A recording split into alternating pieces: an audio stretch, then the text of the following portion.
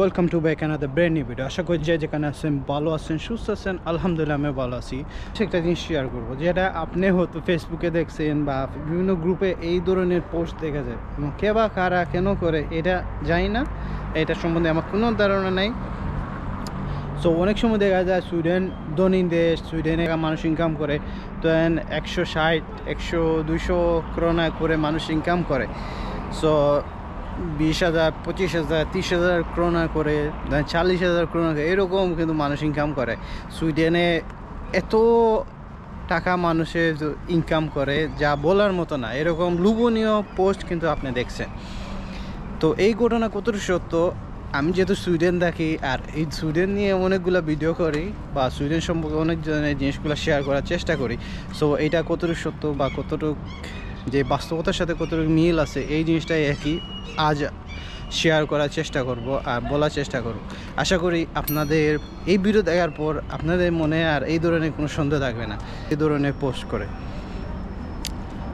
So Sweden আসার পরেই যেন আপনি এইরকম টাকা ইনকাম করবেন এরকম কিছু না।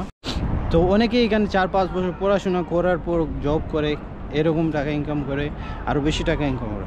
তো এটা যেন এমন যেন 100% সত্য এরকম কিছু না, আর একদম যেন মিথ্যা এরকম কিছু না।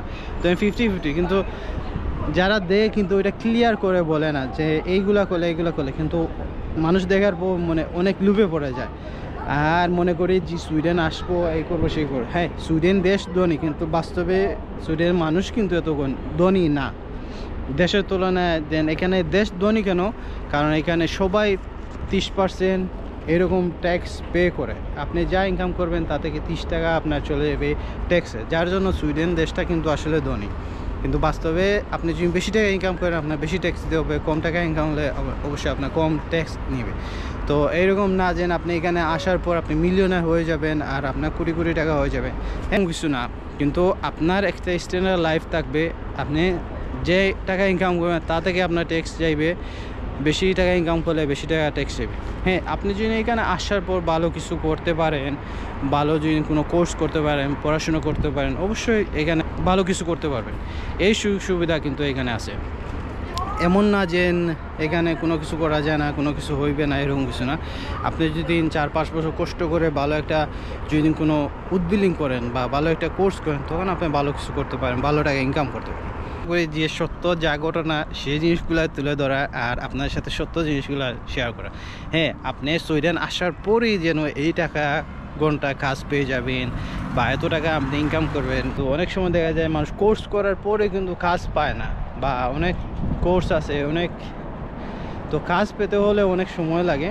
আর এইরকম যে পোস্ট করে বা যারা এইরকম ঘন্টা বলে বা এইরকম টাকা মানুষ ইনকাম করে, ধরেন যারা ধরেন এখানে কোনো উদ্বিল্ডিং করে কাজ করে বা কোনো ধরনের ভালো জব করেন, ডাক্তার, ইঞ্জিনিয়ার বা এইরকম ধরেন লেভেলের যারা কাজ করে, তারা কিন্তু এইরকম তার চেয়েও বেশি টাকা ইনকাম করে। আর আপনি ধরেন দেশে থেকে বাংলাদেশ থেকে আসছি, কোনো জীবনে কোনো কাজ করেই নাই, আমাদের কোনো কাজের এক্সপিরিয়েন্স নাই বা কোনো ধরনের সার্টিফিকেট নাই, বা আমাদের ক্ষেত্রে কিন্তু এরকম টাকা ইনকাম করা এত সহজ না যে প্রথম অবস্থায়। হ্যাঁ, আপনার যদি কোনো এক্সপিরিয়েন্স থাকে, কোনো কিছু থাকে, তখন আপনি কিন্তু এরকম টাকা ইনকাম।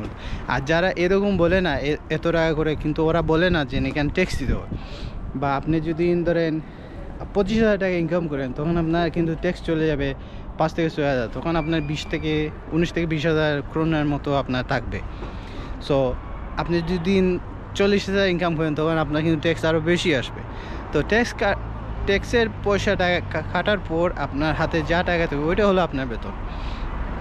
এমন না আপনাকে যদি কোনো জায়গায় 160 করে ঘন্টা দেয়, তখন কিন্তু 160 থেকে 30 টাকা কিন্তু মাইনাস হবে প্রতি ঘন্টায়। সো 160 থেকে 30 টাকা যদি মাইনাস হয়, তখন আপনি 130 টাকা করে ঘন্টা পাইবেন। হ্যাঁ, এরকম ঘন্টা পাওয়া যায়। আপনার যদি কোনো জায়গায় কাজ করেন, আপনার এক্সপিরিয়েন্স থাকে, আপনি ধরেন অনেক দিন যাবত কাজ করতেছেন, তার চেয়ে বেশি কিন্তু টাকা আপনি ইনকাম করতে পারেন, তার চেয়ে বেশি কিন্তু আপনার ঘন্টা হতে পারে। কিন্তু বাস্তবে যে সবাই যেন এরকম টাকা ইনকাম করে এরকম কিছু না, আর আপনি প্রথম আসলে যেন এরকম টাকা ইনকাম করবেন এরকম কিছু না। আপনার যদি ভাগ্য ভালো থাকে, কোনো ভালো একটা কোম্পানিতে আপনার জব হয়ে যায়, তখন কিন্তু আপনার ভালো ইনকাম করতে পারবেন। সো এই ছিল আজকের ভিডিও। আশা করি আপনাদের মনের মধ্যে যে সন্দেহগুলো আছে এই সন্দেহগুলো দূর হইবে। সো ভালো থাকবেন, সুস্থ থাকবেন, আল্লাহ হাফেজ।